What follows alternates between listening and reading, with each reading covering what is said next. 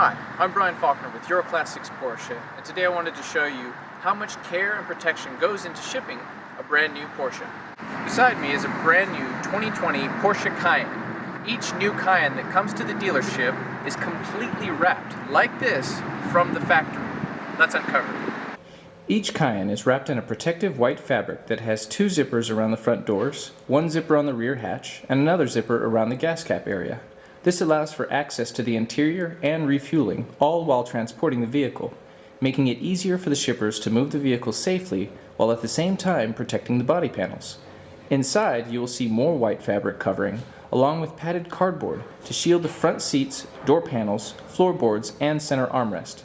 Again, this helps prevent shipping damage and/or smudging of the interior while transporting the vehicle to the dealership. As you can see, Porsche has invested a lot of time, money, and effort into protecting your investment.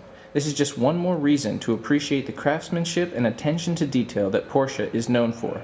It takes some time to unwrap, but it's worth it for the peace of mind. Thank you for watching, and please follow us on Instagram, Facebook, and YouTube.